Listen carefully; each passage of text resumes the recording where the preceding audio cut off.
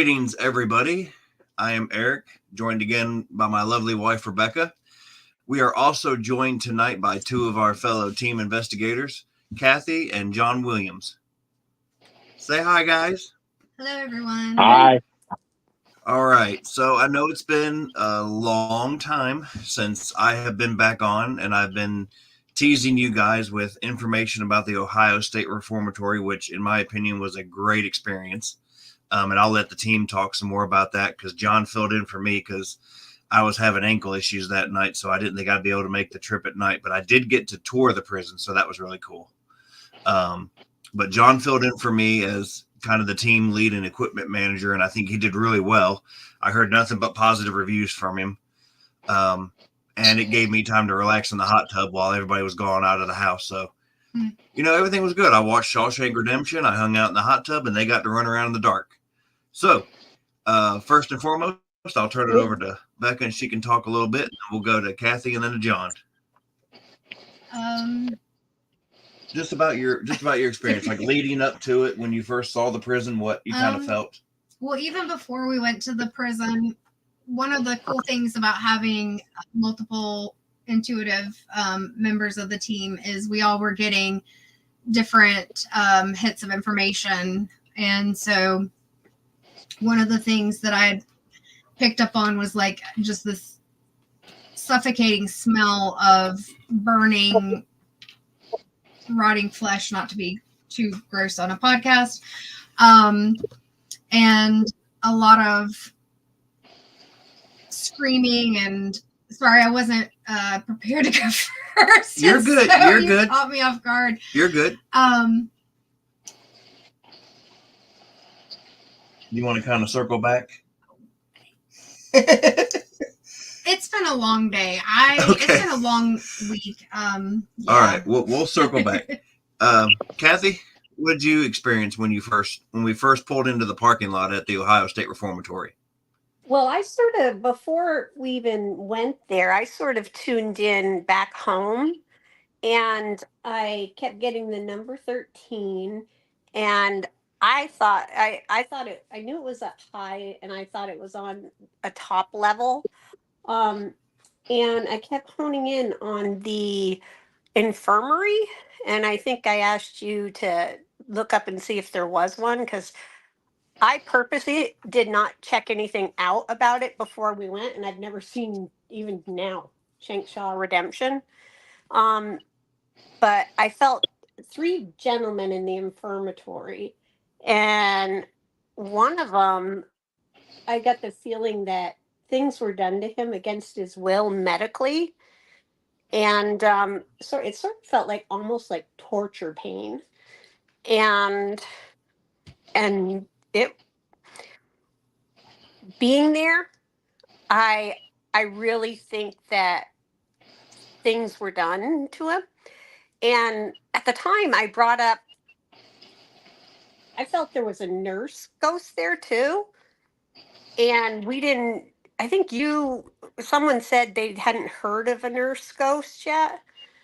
But I did find out after there was a nurse killed there. And I don't even think we've talked about that yet.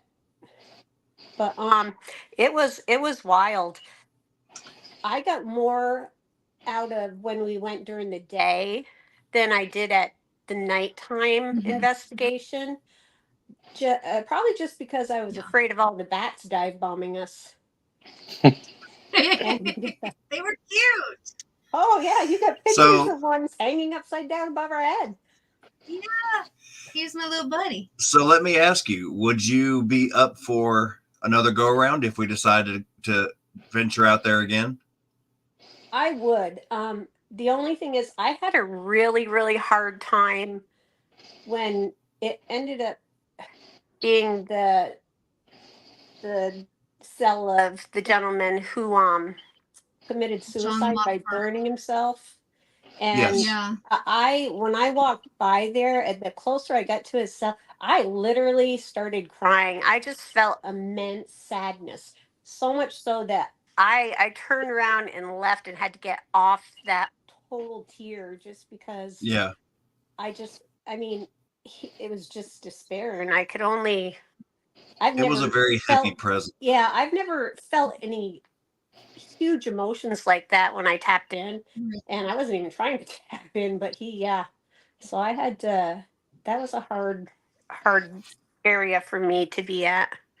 Yeah, he definitely connected quite a bit with you. And before, my thoughts have come together a little bit more now. I apologize. Like I said, it's been a long week, but before we went, you tapped into kind of John and his energy and everything, and the infirmary. And for me, it was the attic. And like I said, just the smells of burning flesh and things like that, and the screams and everything. And when we went into the attic, I could smell like just that heavy smoke as if it was still happening. And I think you said, because I didn't look at stuff beforehand either, because I didn't want to taint my what I was getting, but I think you said that in the attic they had put inmates who had been in another prison.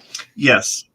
So there was the infamous Ohio prison fire that pretty much demolished the entire prison, and they bussed all the inmates in the middle of the night to the Ohio State Reformatory, which was already overcrowded, and the only place they could fit them in was up in the attic. And they literally had a guard at one entrance and a guard at the other entrance, and they had lined cots, and they literally had every inmate pretty much double, triple stacked in there, sleeping on each other. They didn't let them change clothes. They didn't let them shower. They brought them right into the attic and kept them under close surveillance.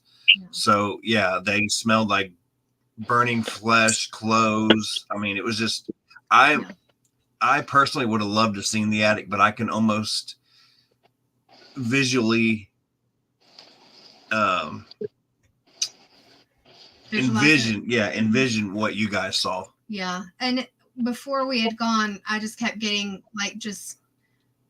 like trapped in life, trapped in death. Like they just felt trapped, and a lot of anger and despair and just hopelessness was the big thing. Similar to Lockhart, but a different feeling.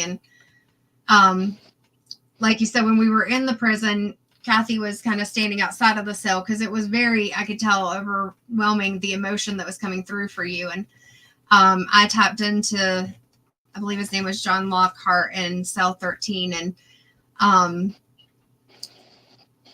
my whole body just slumped down, and like he just was basically, he didn't feel like anybody cared. Like no one cared. And I kept hearing it didn't matter anyway. Like no one cared.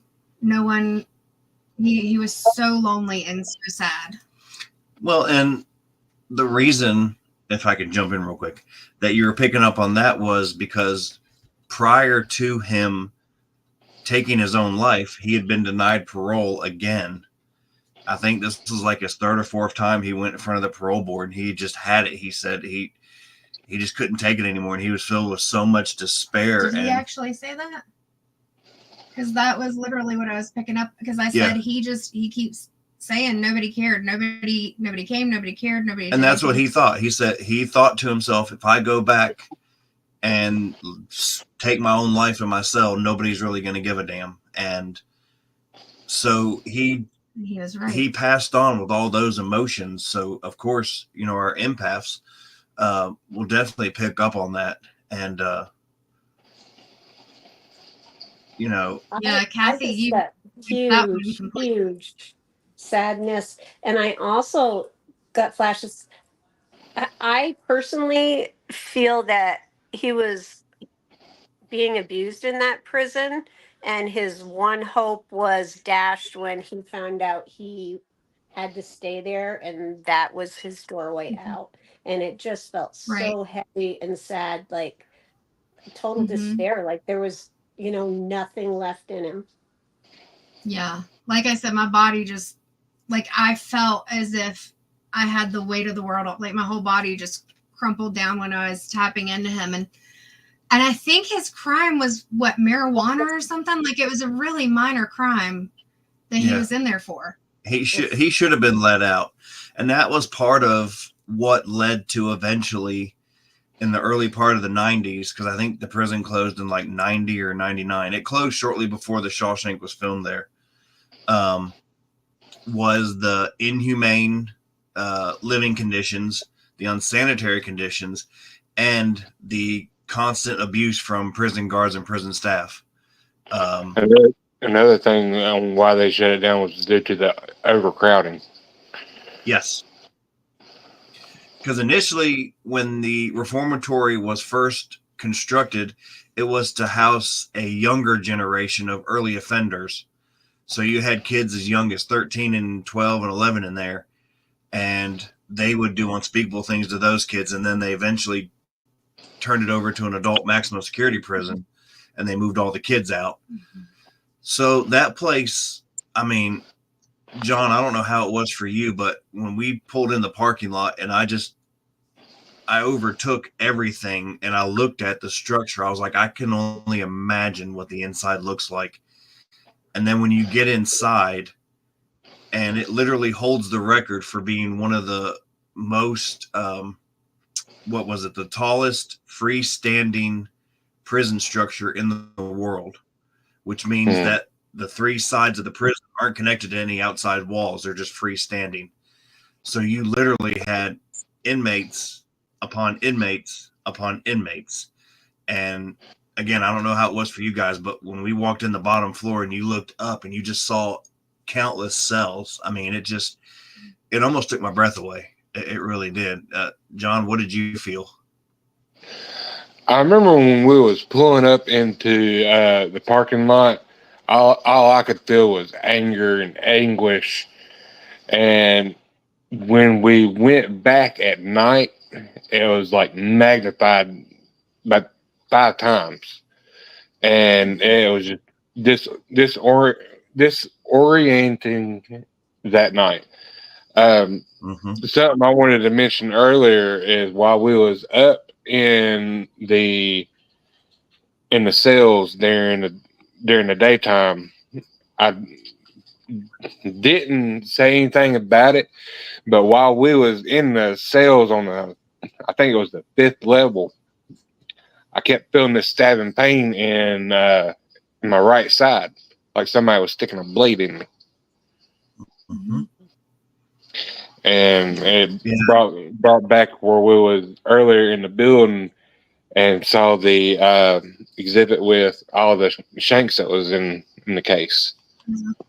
It was crazy with that because, like Kathy said, I felt like I got a lot more during the day when we went and just walked around versus at night. And when we had first walked in to the area right outside, I hadn't been in the area with the shanks and everything, but I felt this stabbing pain in my heart, like somebody had just poked something straight through my heart, and it hurt so bad. And I knew it wasn't like my own chest pain or anything like that. And it wouldn't go away. I didn't know what was going on. And then I walked into that room by myself. I think everybody else had already been in there because I was looking at, before that, at the church relics and things that Kathy, you and I were talking about getting really bad vibes off of. Like that church was not good. Was it you and I that were talking about that? Yeah. Yeah. When we walked right when we walked in the door, they were right there, and you could feel their energy. Mm-hmm. It was bad. It was negative. That church was you.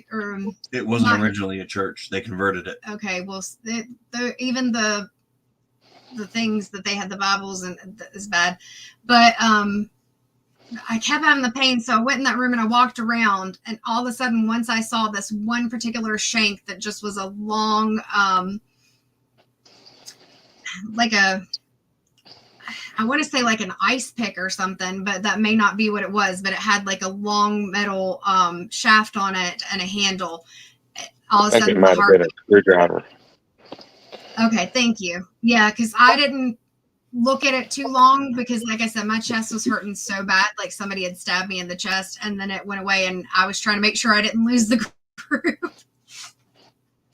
Yeah, if I'm not mistaken, and again, if somebody watches this and puts in the comments different, I appreciate it. But if I'm not mistaken, the church was originally part of the infirmary before they built the infirmary. Mm. And then when they moved the infirmary downstairs, they converted that to a theater.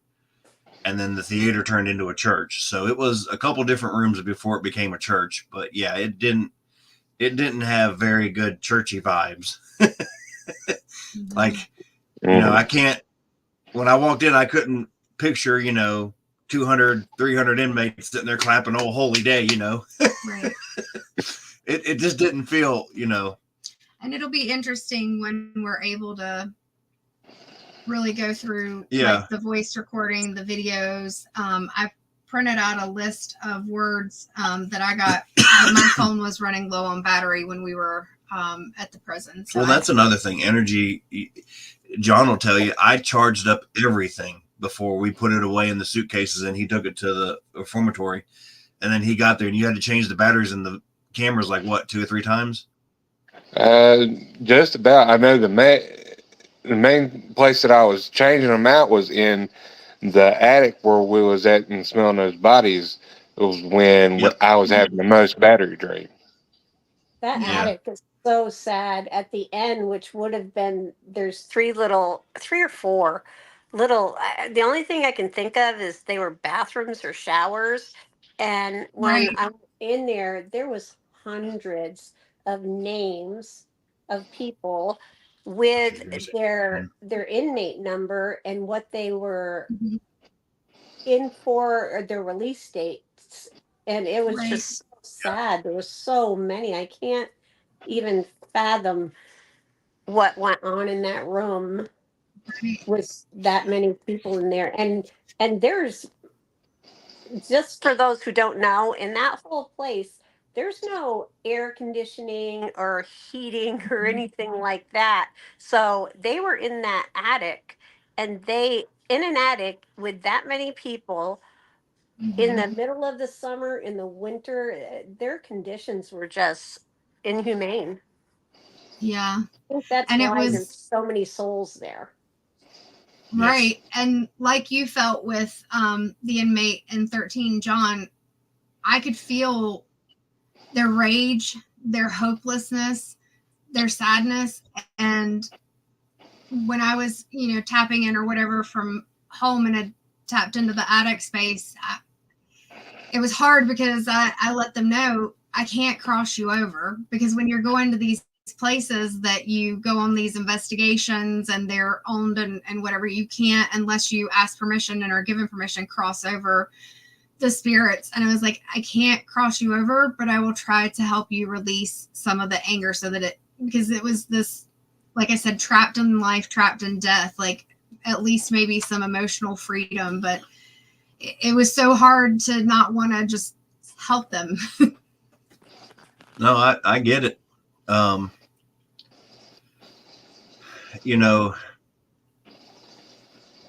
again, the crimes that people commit nowadays as opposed to the crimes they committed back in that time, the sentences were definitely different. You know, you wouldn't imagine somebody being sent to prison, like Becca said, for a little bit of marijuana and serving that long of a time, or, you know, possibly even being in there during prohibition for having a beer, you know. Yeah. And I can't remember, but I feel like it like a minor charge like that. And what's crazy is when they had the fire at the Ohio State Reformatory, because the reformatory had a fire as well, they lost all the records. So there is no record of what inmates were actually there. Like there's no registry anywhere. That's sad. That is Oh, sad. excuse me. Yeah. So Another all these thing people. Go ahead, Eric. Sorry.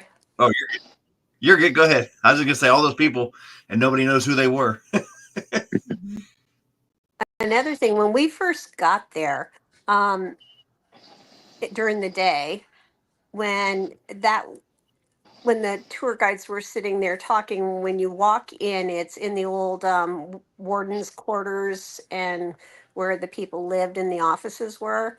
And I turned to Jackie because in the entryway there by the elevators and the stairs, it's a very, very, to me, I got chest pains there, and I had to walk away. And when I went over by the stairs with Jackie, people say they smell roses. I didn't smell roses, but I smelled a floral perfume. And Jackie was there, and I believe she said she smelt it too. Um, but later that night, when we went for the nighttime investigation, I could not even stand there when the people were talking because I literally, my chest just, it was crushing. And I had to go over past the stairs and stand there because I just couldn't do it. And I wasn't aware of anything that happened there, but someone else that was there that night had mentioned that the warden had died of a heart attack in somewhere in the quarters, and I don't know where. And it's just, you walk in that area, and the floor kind of feels weird, makes you feel, Yeah. kind of like you've been on a ship for a while, and Yeah. your legs is all I could describe it for me.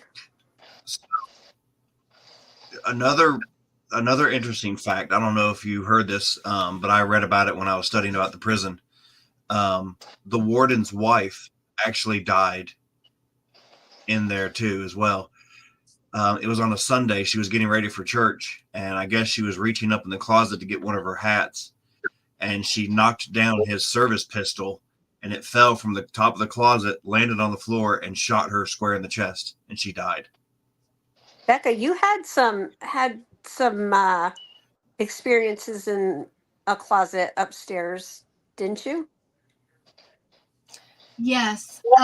And I want to correct real quick. So it says that James Lockhart was in for assault with intent to murder. So, Okay. I mean, but it still was assault. He didn't. But I remember somebody had said that it was like a small charge. But yes, so there was a closet that when we went during the day, I felt like I could see these eyes in this little space underneath where it was like people were hiding, like there were children that were hiding in the space.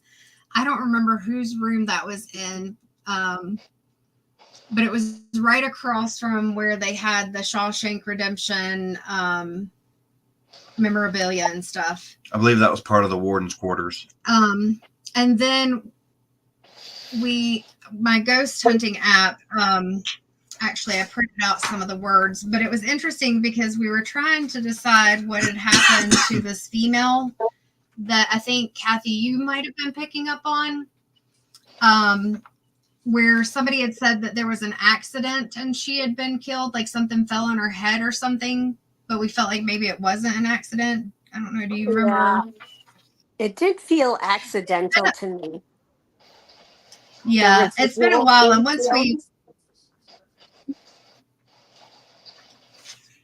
once we're able to kind of review some of the stuff, I feel like it'll come back a little bit more. It must have been on the spirit box because I'm not seeing it on here, but there were just some things where it was almost as if it was hinting that it wasn't an accident. I mostly have words from the app when we were at the house that we stayed in, the 1863 home, because like I said, at the prison, my phone was... That's a whole nother podcast.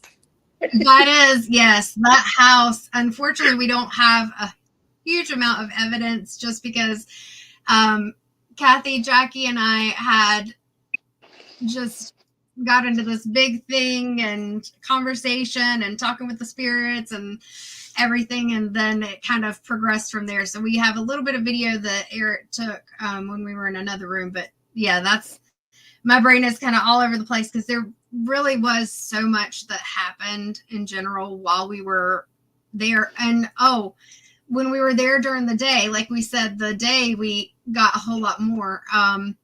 The chair room, I sat in the chair and Kathy took a photo, and we'll post that at some point, where I'm sitting in the chair, I'm not moving, and in the photo it looks like there are these hands that are coming around me as I'm sitting in the chair that are bent at an angle that I couldn't have bent my hands at.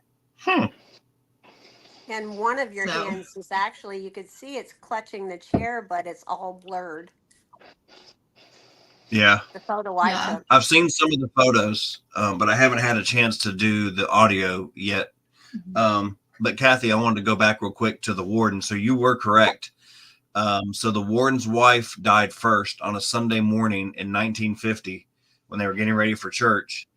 And exactly 9 years to the day, the warden collapsed dead on the floor in the office. Yeah, and that's where they said that it was an accident, her death, but we weren't getting that feeling. And like I said, it must have been on the Ovilus, maybe, where we were getting things that were indicating that it wasn't, because that was also right before my brain is stopping. I'm sorry. You're good.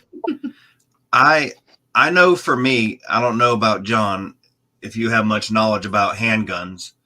But even back in that time, the service pistols that they had were the old hammer style that you actually had to pull the handle back and cock it to load it. Mm-hmm. So it's hard for me to imagine a pistol just falling out of a top of a closet. That's what it was. I knew it was something about and a gun. Landing at such an impact that it chambers around and shoots. So that's why there was speculation that the warden got mad at his wife, shot her, made it look like an accident, and was filled with so much remorse and grief that he took his own life 9 years later. Yeah, well, and like I said, I wish I had the word list, but I think it was on the Ovilus or some other thing that we had, because and in the video, once we look back at it, we'll be able to see, but the answers were kind of indicating that there's a possibility it wasn't an accident. It's just far-fetched. Like, shotguns are different. You drop a shotgun on the buttstock, there's a chance it could go off because the round's already chambered. But again, back in that day, they had the old service pistols that had the hammer cock in the back, and you actually had to pull the hammer down and then pull the trigger to shoot. I can't imagine dropping that from the height of a closet would give it so much force that it chambers around and goes off. Right. Well, and the shelf that would be at the top of the closet, I mean, it was definitely, I don't know. I would say it probably would be at your head height. So you're about what, 6'1", 6'1", 6'2", because it was definitely up above me, but I'm only like 5'4" and some change. And they say, let's see, where was it? They ruled her death pneumonia that was brought on from the gunshot wound, but it says she was feeling around for a box. She pushed it aside to reach higher. The box fell to the floor, and it was the case for Arthur's loaded gun. When the gun hit the floor, it fired up onto Helen. So even if it was in a case, the case would have to bust open. My thing gun is, fly out. Wouldn't she know it was there if that's where he kept it all the time? Wouldn't she know it was there and avoid it? Loaded. Because they had children too, didn't they? Yes, they had children.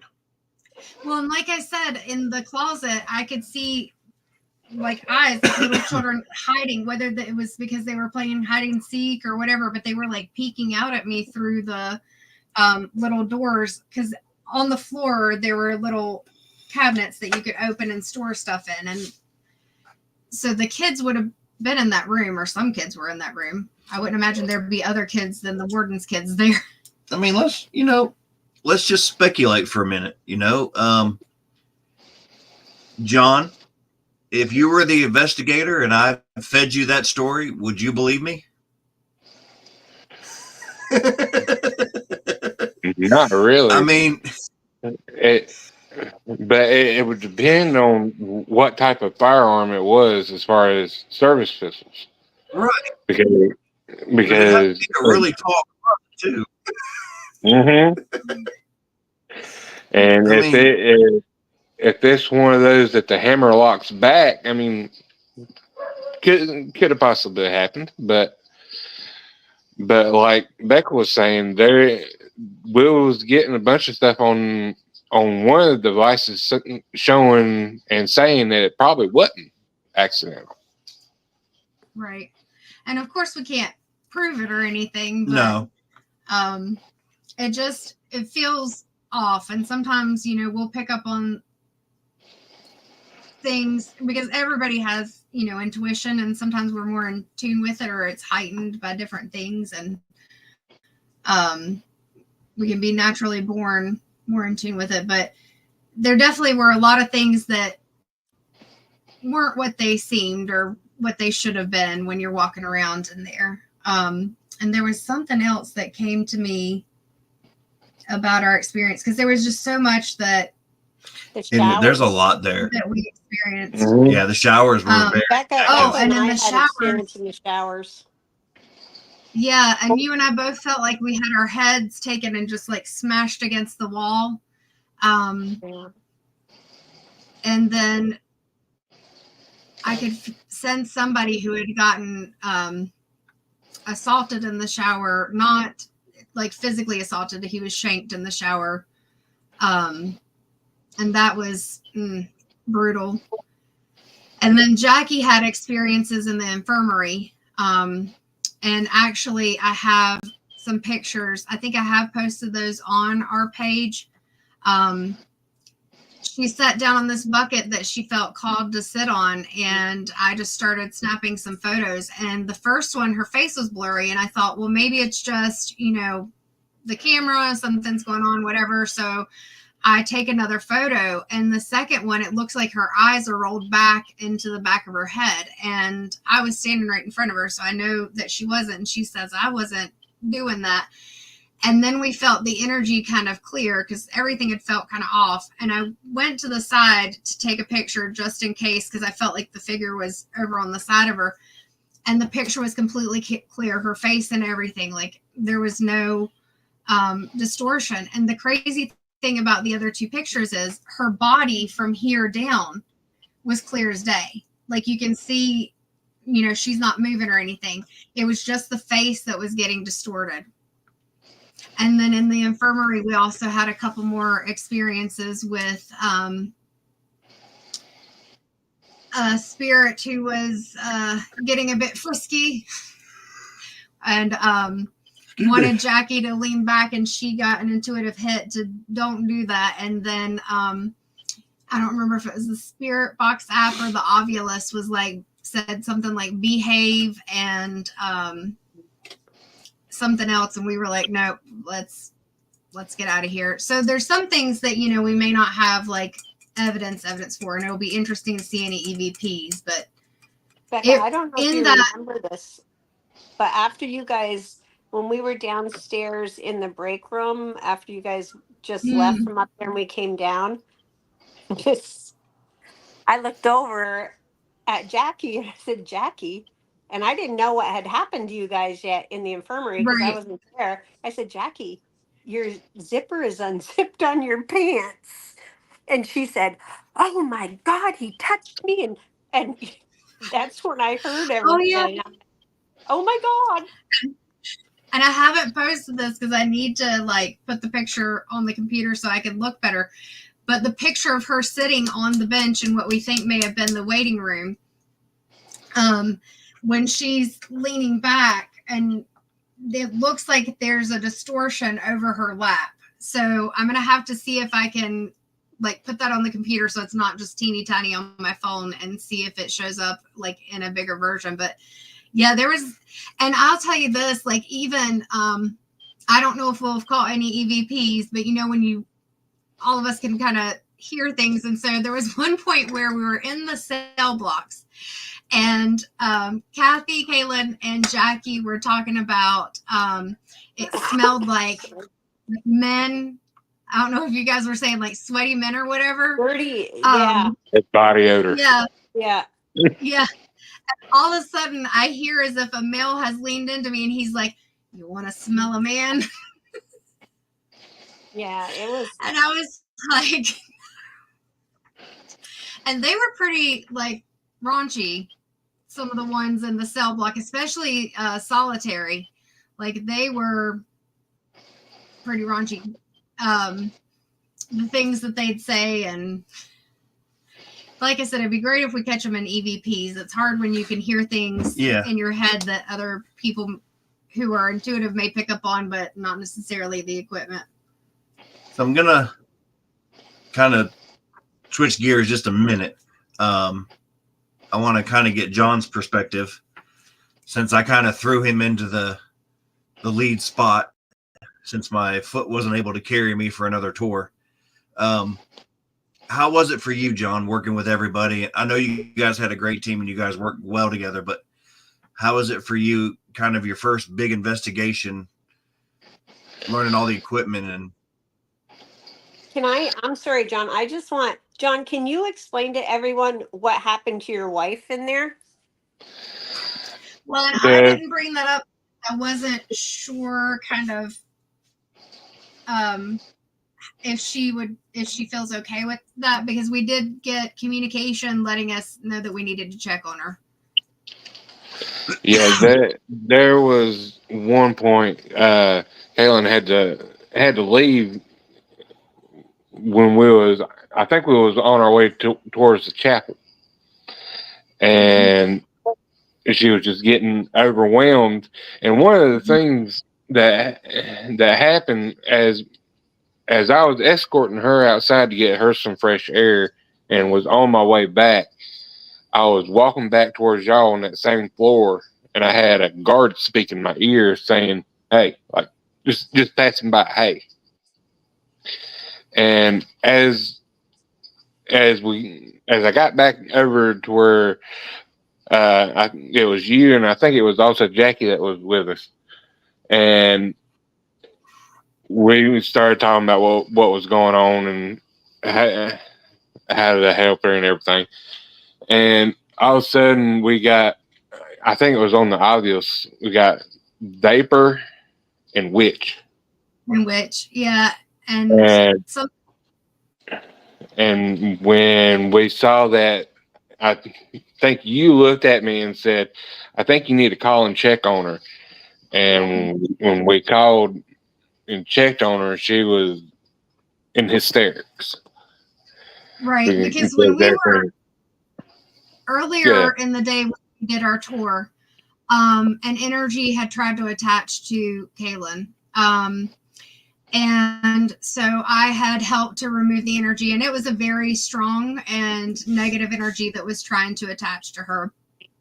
And so already I feel like she was a bit more vulnerable because of that experience. And then when we were in the chair room at night, the energies that were in the room were trying to mess with her quite a bit and kept touching her, and she kept asking for them not to. And it was almost like the more that she told them not to, the more they were trying to mess with her.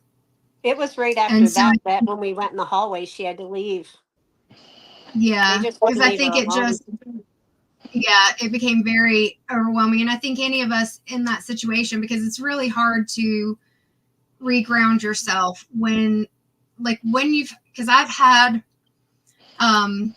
dealt with some of those negative energies and things before, and it takes a lot out of you energetically to deal with that, and especially being so caught off guard that it creates a lot of panic. And then working in the mental health field, I know even panic and anxiety then decreases your energy even more. So it just made a very difficult situation. And I want to say, because I hope she does watch this, and John, you let her know, and we let her know at the time, it didn't upset any of us. We were very glad that she was taking care of herself, and we wanted to make sure that she was safe and protected. And sometimes those energies, they will find somebody who is vulnerable from one thing or another and try to really play into that. I think that's the wonderful thing about all of us, is we all really can sense what's going on with the other one, and we watch out for each other. And Kaylin is just, to me, such a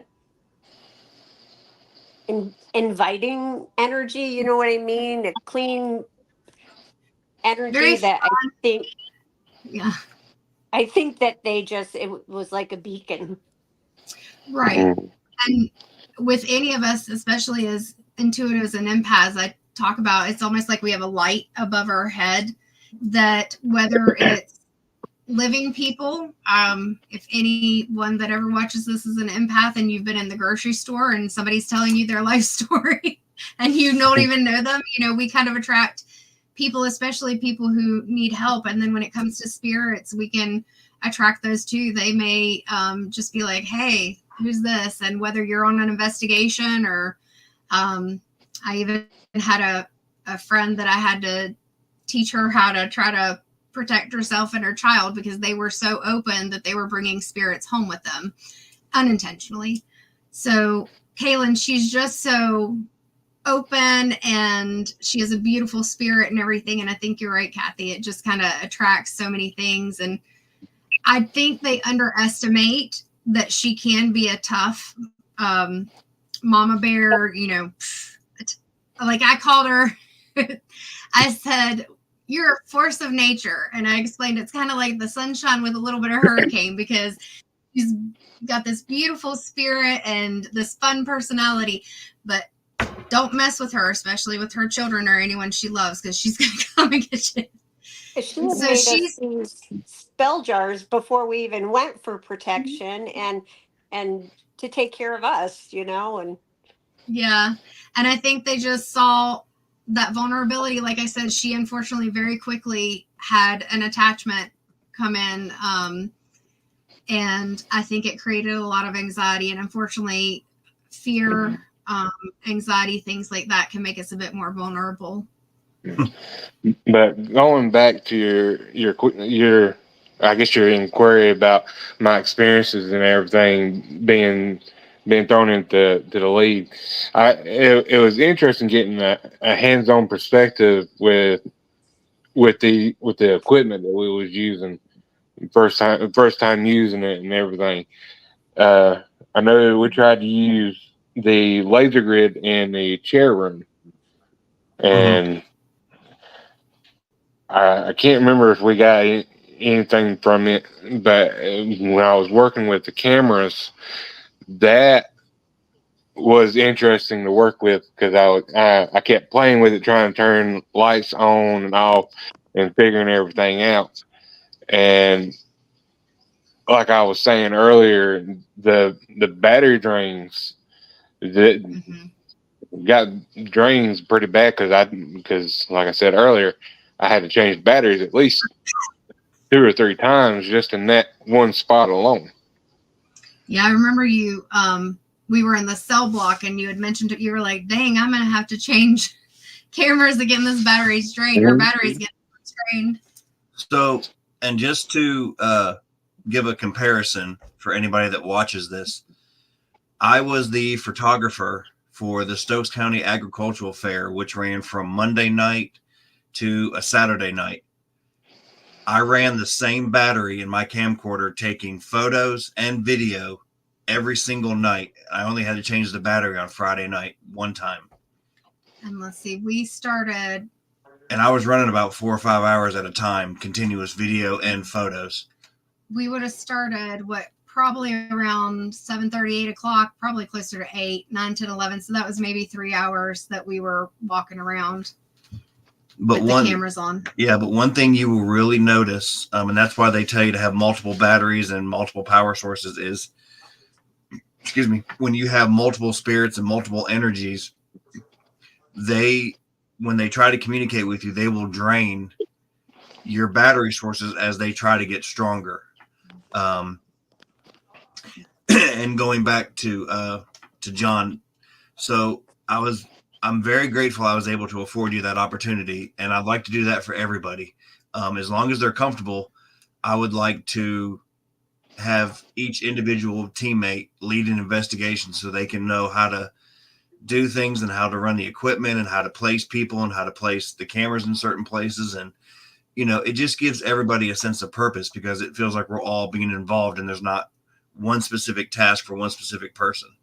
And before we get too far away from it, because I know my ADHD and your ADHD can run circles, I just want to give credit to John, because being there with him, I mean, that was one of the things that we had talked about that night is, John, you had, like, you were on it. You had the cart with the equipment in it. You were recording things. I even remember there was one point we were going down the cell block, or the cells opposite of cell 13. And as we're walking down, I'm in the front and I'm like, yeah, I don't feel anything. I don't see or feel anything here, even psychically or energetically or something like that. And all of a sudden I turn to look at you guys and something reaches in my shirt and pulls my tag. And I was like, who pulled my tag? And John's like, I got it on video. So we don't know if we've got any evidence from it, but like, you were right on top of things the whole time. Well, Eric, I want to say that John was like a pack horse carrying everything. I hope you don't expect me to pack all that stuff and carry it. Yeah, So- Give me one of those that little was rolling kind of carts if you heavy want at me to one do point. it. Yeah, it was So- heavy at one point, especially going towards that break room the first time. Yeah. And I think that was the only time I really had to carry anything was to and from that break room. Luckily, there was an elevator at that first floor by the stairs that we were able to use at one point. Yeah. I think going forward, I'm going to try some different methods. There's a gentleman that I've purchased a few things from on Facebook Marketplace. He actually has like it's a hand truck cart, but it's specifically made to climb stairs. Oh, wow. So you don't have to pull it up the stairs. It has multiple wheels that go up. So I'd like to get that because I know John had a hell of a time carrying the cart up the stairs. Oh yeah, we'd be like, you need help, and he's like, I got it. And I'd also like to utilize book bags because book bags are easy. You can sling them on your back. You can put a little bit of equipment on, and you know you can go around. But it does help when you don't have to hold everything in your hands. Because bless her, I was watching one of the videos and Rebecca, my hands and pockets, my pants were. Rebecca looked like she was shopping at Walmart without a shopping cart because she had 3 things in one hand, 4 things in this hand, a walkie-talkie, something else over here. She's got a big necklace on, and she's just like. And luckily, I had a belt on because where I've lost some weight, my pants were pulling down with everything in my pockets. So yes, Kathy, I will be looking at alternative ways to carry the equipment. I don't expect everybody to tote the cart everywhere, but on flat surfaces, to John. yeah, on flat surfaces, that cart's great. And with the dead bell, we tried to use it in the chair room. They were messing with me, the spirits were, because I had barely turned it on. So it was very low sensitivity and it was like ding, ding, ding, ding, ding, as if it was turned all the way up. And then as I was trying to explain it, it kept dinging. I turned it off, and when I turned it back on after explaining it, they would not touch it at all. Well, that's when Kaylin was being touched too. Yeah. They were really messing with us. But with the dead bell, I couldn't carry it and everything else. So there may be, unfortunately, some interference with some of the audio recording with John carrying the camera, because we ended up putting it in the backpack. I think you had a backpack on you. And it was dinging every once in a while when we were walking. Yeah. So you may hear the dead bell ding after the chair room, but that does not mean that anything at all. It just means that it was moving around. And again, for those of you that watch this later on, and we encourage you to watch, like, and share, I am going to be finishing up that evidence to comb through, and then I will be presenting it. And whoever wishes from the team to join that podcast, you're more than welcome to. Also, real quick, because we are going to be wrapping up, because I don't know about you guys, but I'm getting tired. I have made some excellent not correspondence, but some colleagues of the paranormal community on Facebook. Networking. And there are some excellent places here in North Carolina that I would love to go and investigate. one of which being there's an old courthouse, there's the Trivet Clinic, and there's a hotel in Greensboro that's apparently haunted, and there's a hotel out in Roanoke, Virginia that's haunted. I'd like to go visit. I don't know where it's at, but I've heard of it before. Lydia's Bridge in Greensboro. There's the I think it's up in Virginia or West Virginia. I almost had us booked at the Trans-Allegheny Lunatic Asylum with another paranormal team, but me and Rebecca are going on vacation next year around the same time, and the funds just wouldn't have been able to go to both places. But if we ever get a chance to go to the Trans-Allegheny Lunatic Asylum in West Virginia, guys, you want to talk about activity. That place is a jungle gym of activity because, of course, it was a mental institution, and some of the ways that they treated the patients were not very ethical. So I will say this as a warning, Kathy, be prepared because you'll probably feel a whole lot of emotions if we ever go to that place. Right. And if you ever just want to look it up, just to look at the building, it's like I said, it's called the Trans-Allegheny Lunatic Asylum, which again, I think a lot of people call it TALA for short, TALA. Yeah. There's a theater somewhere around here that's haunted that they still use to this day, but a lot of people have claimed that they've heard stuff while they were upstairs performing. Like they'll hear stuff in the attic or downstairs in the basement. So I do have more stuff coming for Whispers. It's just trying to get it all together, and with the holidays coming up and everybody, traveling. Mm-hmm.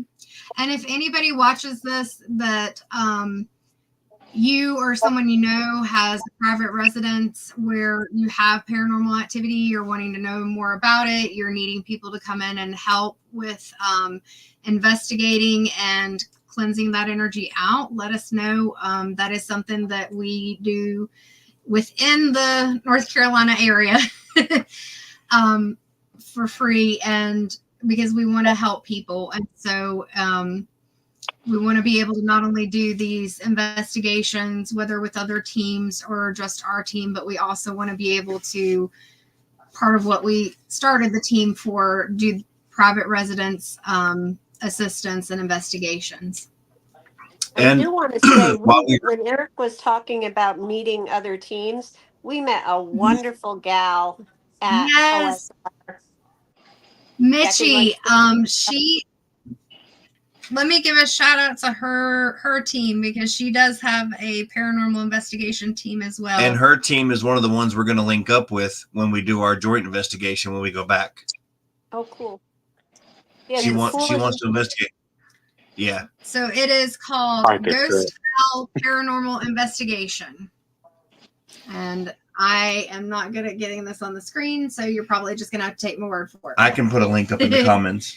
That'll be great. And her name is Mitchie, and there she is. A picture of her at the Trans World Halloween Convention. She is just a really awesome person, a beautiful soul, great spirit. I don't know. That was like a blessing, and what serendipity to meet her and just be able to talk to this person who's just, I don't know. Oops, sorry. We pulled into the parking lot and we all love the Jeep. Yes. She has this Jeep that's just decked out with like skeletons, and oh my gosh, you can't miss it. Yeah. So not only does OSR offer day tours and private night investigations, during the month of, I believe they start at the end of September to November, they run what's called the Blood Prison, which is a haunted attraction at night. And I would love to go visit that because that looks very cool. Yeah, and Mitchie was part of the crew for that. They were doing auditions. Yep, they were doing auditions the day that we were there. Hey, listen, it's spooky enough there at night with the spirits. I can't imagine with people physically trying to, scare you. That's got to be something, right? Especially as intuitive people who are already picking up on the energy, and now you're doing jump scares too. Listen, I'll be in the back. We'll put John in front, and we'll put all the girls in the middle. That way we can surround you. Well, I'll be having to put my Depends on. Depends on how much liquid I have. I may be right there with you. See, in haunted attractions, I usually do pretty well because I'm focused. But even, was it last night? Yeah, last night I couldn't sleep. So I was up at like 2 or 3 o'clock in the morning. And even though Eric announced himself, I had already heard, his footsteps or whatever. And so the scream was already building up before he announced himself. So at 2 or 3 o'clock in the morning, luckily we still don't still live in an apartment because I was screaming like a banshee. I'm surprised that night I didn't get the cops called on me, because you would have thought I'd have murdered her that night. When we lived in the 1-bedroom apartment. She screamed for about a good 5 minutes. Like, yeah, it was funny. I look back at it and laugh now. Want to give a shout out to Jackie, our other team member who unfortunately couldn't make it tonight, but she is here with us in spirit, along with Kaylin Marie. She's also here with us. I want to thank Kathy for being here. John. We just have such an amazing team, and we have the best team to each other and to them. We couldn't have handpicked our team and chosen any better team to come together. It's been amazing from the moment that we met you guys, just in chatting. And then when we met you face to face, everything just feels like it clicks. It almost feels like we've been a team for forever, even though maybe we're a newer team. And we appreciate you guys, your support, and everybody's just coming together, making things happen, the skills, how we all Kathy, we've talked about before, even the first investigation that we did, at John and Kaylin's house, which hopefully we get to talk about that at some point too. And all 4 of us, Jackie, Kathy, Kaylin, and myself, we all tapped in, and we were getting the same type of storylines at the house as far as the spirits, and then also tapping in on different aspects. Like Kathy picked up on an older gentleman, and I picked up on 3 children. Well, we all wrote it down beforehand privately, and then we compared them together before we even went there. So that's what's so amazing, is that none of us spoke. We did our own at each of our houses. We tapped in and wrote down what we felt. And if you look at those papers, which I think, Eric, you have them. I do. Yeah, and I've got my book. All similar. They all think the same things. Not to mention absolutely evidence Eric got with the photos there. Yeah. Oh yeah, the old man. He did not like us. He did not like Kathy or I at all. So those photos are actually up on Whispers. I think it was one of the first photos that I posted, where the old man's face is on the side of my face at one point, and then right over top of Kathy's face as she's looking up at another point. And you look, and it's the same man, glasses, mustache, exact same face. That'll definitely be another podcast, because that was a good investigation. But I have to know, again, before we close this out, if we do go back to OSR, show of hands, who wants to go back and visit Cleveland? Mm-mm. I don't even want to go to the haunted restaurant because it looks really cool, but man. First of all, there's no public restrooms in Cleveland. Right? And then the porta johns that you guys tried to go to. Oh, no. Disgusting. And then there were needles and nasty blankets. Oh no, we won't even go there. Eric and I saw enough. No. But there was some trying to find a place to park. there was some really cool art that Jackie and I took photos of while you guys went to look for porta potties, and they had different people paint these different tiles, and there were all different themes and stuff. And I can post those photos at some point too. There's so much from Ohio that I have on my phone, but just haven't had the chance to even look through right now. I will say this. I should have researched a little better before we decided to go to Cleveland, because not only was it the season opener for the Cleveland Browns, they were having a concert at the arena right across the same stadium, and the Rock and Roll Hall of Fame had an event going on. So that's why parking was $40, and there was virtually no parking anywhere. There was like 4 events going on, and pretty much the season opener for the Browns. You talk about shutting Cleveland down. Everybody and their cousin comes out because that is their big team. I'm a Bengals fan, but the Browns, yeah, they're big. So if we ever decided to go into that part of town again, we will definitely research beforehand to make sure there's no conflicting events. But the cop was really nice telling us where we could go to, even though I think he was pretty much indicating that he wasn't supposed to tell us where we could go to. No. But yeah, guys, we've had a blast. I got to get some shut eye. I'm exhausted. It's been one heck of a week, and dealing with the Can't say stuff like that. Dealing with the stuff in Western North Carolina and helping those folks out there at the Legion and the wonderful stuff they were doing, and Becca having her long week, and John, I know you're back at work, and Kathy, I'm sure you've had one week too. Going crazy, so I'm coughing. Yeah, I feel you on that. But we'll definitely meet again. I'll probably do another one next Wednesday at 9. I don't know what the topic will be yet, but when I have the evidence ready, I'll let you guys know, and then we can get together, and maybe we can all get together at Kathy's and we can go over the evidence as a group, and then we can present it as a whole team. Yep. No problem there. So thank you guys very much. And we are going to call tonight. Thank you guys. Have a good one. Bye, everyone.